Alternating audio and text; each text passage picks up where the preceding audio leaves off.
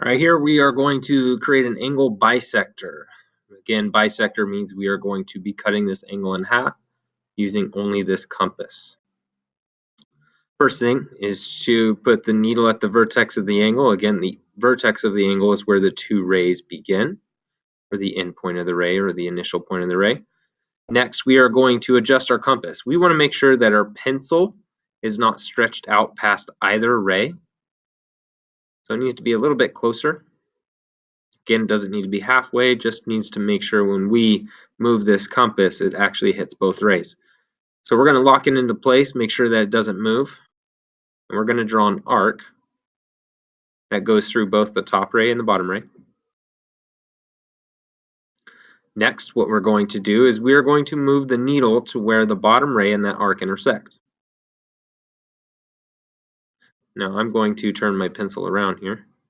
Here we go. So I want it facing this direction. I want the pencil facing up towards the top. Now I did not adjust it. It's still locked in. I do not have to set it to a certain distance, but I do want to make sure my pencil is at least halfway towards the other point. Obviously, it's at least halfway. It's past the other point, so that's fine. We're going to keep that. We're going to move the pencil out towards the middle, and we are going to make a small arc. It is key from this point forward, I do not adjust the size of my compass. What I'm going to do next is move my pencil or my needle to the top of the arc where it intersects the top ray. We are going to make the same arc without adjusting the size, intersecting the other one.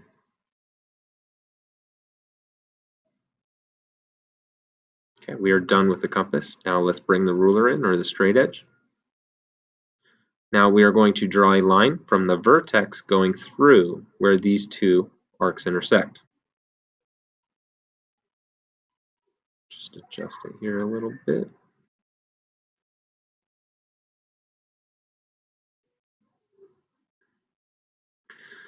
As you can see, my line is just a little bit off there at the beginning, but it'll do for the purposes of this video.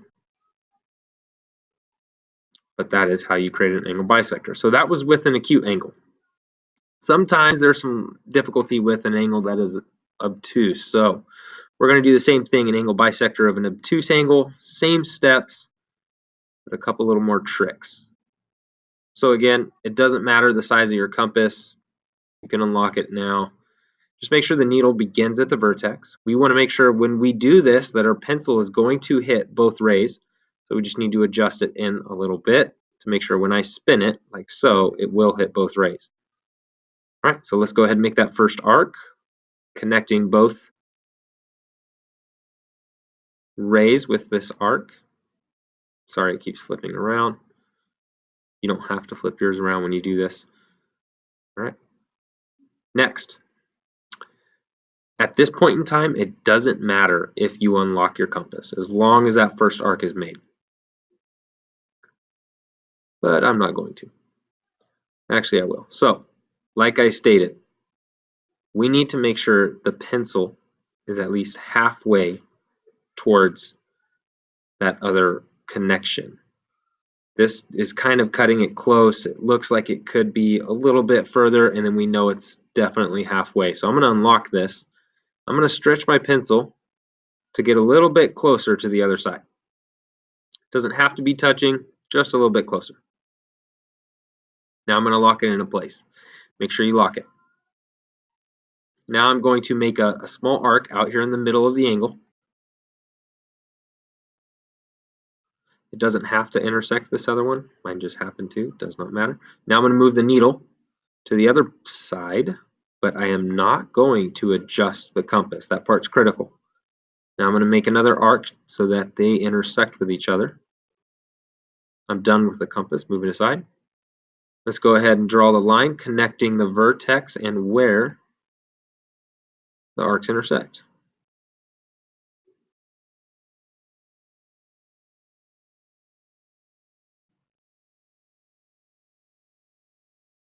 Taking me a little bit of time here to line this up.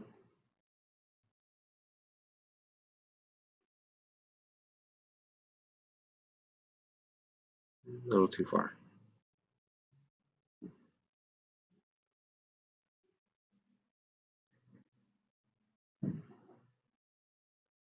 That looks good right there.